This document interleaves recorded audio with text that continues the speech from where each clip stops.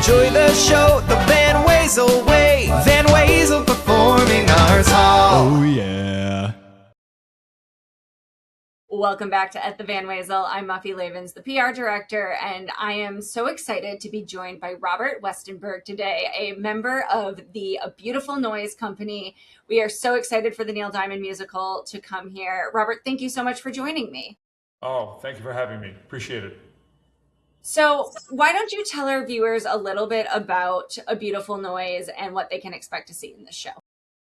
Yeah, it's a jukebox musical per se. You know, it's. I think people have preconceptions about what that means, and that it's going to be light and fluffy, and that it's going to be a tribute or whatever it is. But it's so much more than that.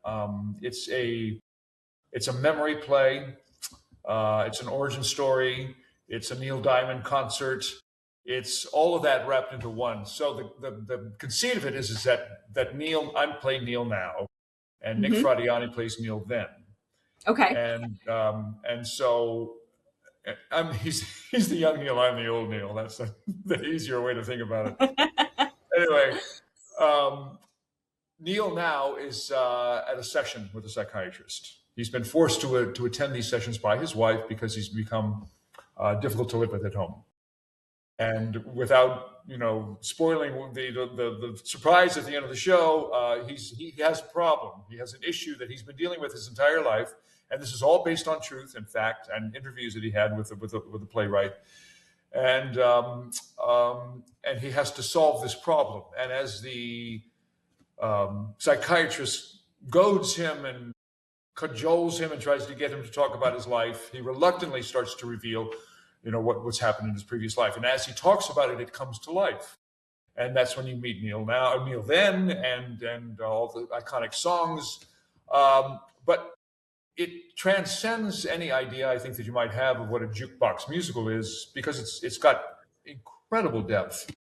It's a very strong, full trajectory that both characters take parallel to each other.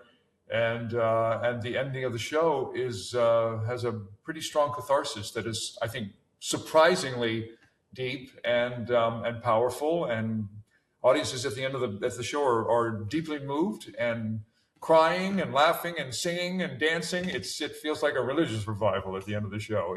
It's one of the my favorite shows I've ever been in. I mean, oh, that's amazing. It's so rewarding. Oh, Just have such a great time. Yeah. Yeah, I bet. And you are stepping into some pretty big shoes of, playing a Neil Diamond role in this. I know there's kind of the two. So what is it like having to kind of fill those shoes and play such a huge person in pop culture?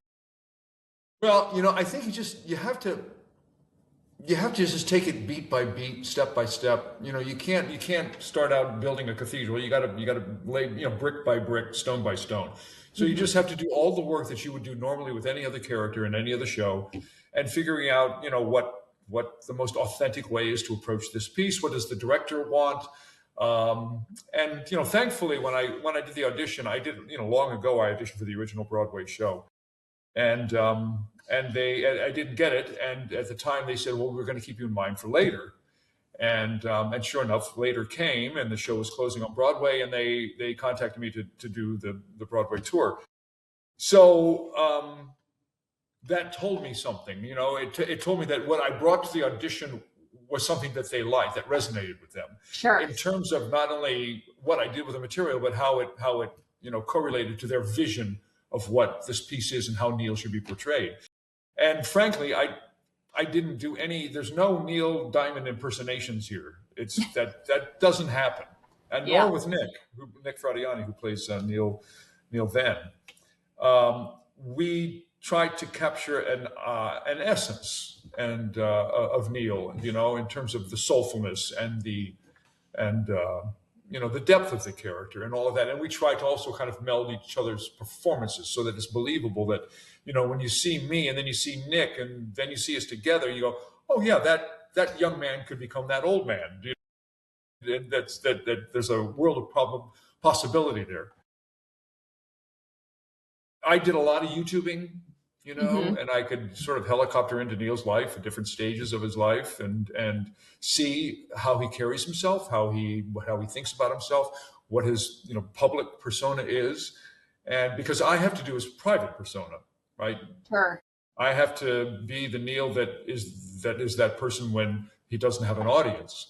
And almost anything you find is going to be either a movie or a concert or an interview, and it's going to be a public Neil. So I had to kind of sift through that and figure out what was the truth behind that particular persona.